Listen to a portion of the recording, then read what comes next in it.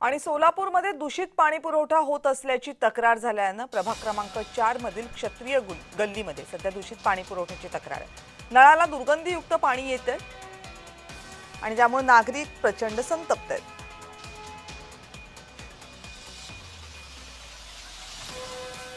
काय सांगाल कशाबद्दल पाणी येत आज? हे मी आता एक तास झालं येऊ ना, आता जेई आले महानगरपालिकेचे, त्यांना विचारलो बाबा हे पाणी कशाचं आहे, तर बिजापूर वेस्टमध्ये काय तर वॉल दुरुस्ती केल्यात नंतर हे गढूळ पाणी यायला लागलं असं त्यांचं म्हणणं आहे। पण ठीक आहे, गढूळ पाणी जर असेल तर त्याला वास यायला नाही पाहिजे, मातीसारखं वास आलं तर ठीक आहे। इथं ड्रेनेजचं मिश्रित पाण्याचा वास यायला लागलाय। आजूबाजूला आम्ही सगळीकडे फिरलो पण सगळ्यांचं पाणी पुरवठा आता सध्या असंच वाया चाललंय, म्हणजे सगळे घाण पाणी आहे म्हणून कोणी प्यायला भरलेलं नाहीत, सगळे घाबरलेले आहेत।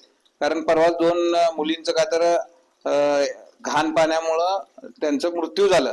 मग प्रशासन याच्यानी जातीने लक्ष देऊन एक मूळ पाणी पुरवठा अनेक ठिकाणी जुन्या लाईनी पण चालू आहेत, जुन्या लाईनीतनं आणि नवीन लाईनीतनं, जुन्या लाईनी ड्रेनेज मधनं आहेत आणि काही स्मार्ट सिटीचे काही लाईनी आहेत ड्रेनेज मधनं पाईपलाईन घातले। त्याच्यामुळे बी अनारोग्य परिस्थिती निर्माण होऊन म्हणजे जीवितहानी होण्याची शक्यता नाकारता येत नाही।